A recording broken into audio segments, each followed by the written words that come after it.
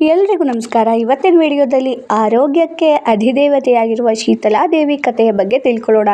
ಈ ಕಥೆ ಕೇಳೋದ್ರಿಂದ ಸರ್ವ ರೋಗಗಳು ನಿವಾರಣೆಯಾಗಿ ಆರೋಗ್ಯ ಪ್ರಾಪ್ತಿಯಾಗತ್ತೆ.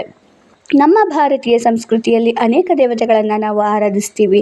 ಅವುಗಳಲ್ಲಿ ಅತ್ಯಂತ ಮಹತ್ವ ಪಡೆದಿರುವ ದೇವಿಯೇ ಶ್ರೀ ಶೀತಲಾದೇವಿ. ಇಂದು ನಾವು ಶೀತಲಾದೇವಿಯ ಮಹಿಮೆ, ಪೂಜೆ ಮಾಡುವ ಕಾರಣ ಹಾಗೂ ಅವರ ಕೃಪೆಯಿಂದ ದೊರೆಯುವ ಫಲಗಳ ಬಗ್ಗೆ ತಿಳ್ಕೊಳ್ಳೋಣ. ಶೀತಲಾದೇವಿಯನ್ನು ಸಾಮಾನ್ಯವಾಗಿ ರೋಗಗಳನ್ನು ನಿವಾರಿಸುವ ದೇವತೆ ಅಂತ ಭಕ್ತರು ನಂಬುತ್ತಾರೆ. ವಿಶೇಷವಾಗಿ ಹಿಂದಿನ ಕಾಲದಲ್ಲಿ ಸಾಂಕ್ರಾಮಿಕ ರೋಗಗಳು, ಜ್ವರ, ಚರ್ಮ ರೋಗಗಳು ಮತ್ತು ಸಣ್ಣಮ ರೋಗಗಳಿಗೆ ಮತ್ತು ಅದರಿಂದ ರಕ್ಷಣೆ ನೀಡುವ ತಾಯಿಯಾಗಿ ಜನರು ಶೀತಲಾದೇವಿಯನ್ನು ಭಕ್ತಿಯಿಂದ ಆರಾಧಿಸ್ತಿದ್ರು. ಪುರಾಣಗಳ ಪ್ರಕಾರ ಶೀತಲಾದೇವಿ ಕತ್ತೆಯ ಮೇಲೆ ಆಸೀನಳಾಗಿ ಕೈಯಲ್ಲಿ ಜಾಡು, ಕಲಶ ಮತ್ತು ನೀಮದ ಎಲೆಗಳನ್ನು ಹಿಡಿದಿರುವ ರೂಪದಲ್ಲಿ ಕಾಣಿಸಿಕೊಳ್ಳುತ್ತಾರೆ.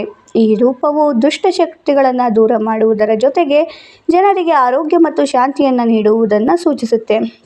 ಭಕ್ತರು ಶೀತಲಾದೇವಿಯ ಪೂಜೆಯನ್ನು ವಿಶೇಷವಾಗಿ ಶುಕ್ರವಾರ ಮತ್ತು ಮಂಗಳವಾರದ ದಿನಗಳಲ್ಲಿ ಮಾಡ್ತಾರೆ. ಕೆಲವೆಡೆ ಚೈತ್ರ ಮಾಸದಲ್ಲಿ ಶೀತಲಾದೇವಿಗೆ ವಿಶೇಷ ಪೂಜೆ, ಜಾತ್ರೆಗಳು ಮತ್ತು ಹರಕೆಗಳು ನಡೆಯುತ್ತವೆ.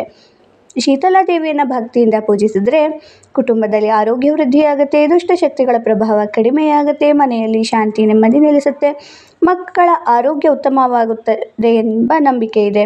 ಪೂಜೆ ಮಾಡುವಾಗ ಸ್ವಚ್ಛತೆಯನ್ನು ಕಾಪಾಡುವುದು ಅತ್ಯಂತ ಮುಖ್ಯ. ಶುದ್ಧ ಮನಸ್ಸಿನಿಂದ ತಾಯಿಯನ್ನು ಪ್ರಾರ್ಥಿಸಿದರೆ ದೇವಿಯ ಅನುಗ್ರಹ ದೊರೆಯುತ್ತದೆ ಎಂದು ಭಕ್ತರು ನಂಬುತ್ತಾರೆ. ಸ್ನೇಹಿತರೆ, ನೀವು ಶೀತಲಾದೇವಿ ಭಕ್ತರಾಗಿದ್ದರೆ ಜೈ ಶೀತಲಾದೇವಿ ಅಂತ ಕಮೆಂಟ್ ಮಾಡಿ. ವಿಡಿಯೋ ಇಷ್ಟ ಆದರೆ ಲೈಕ್ ಮಾಡಿ, ಶೇರ್ ಮಾಡಿ ಹಾಗೂ ನಮ್ಮ ಚಾನಲನ್ನು ಸಬ್ಸ್ಕ್ರೈಬ್ ಮಾಡಿ. ಧನ್ಯವಾದಗಳು.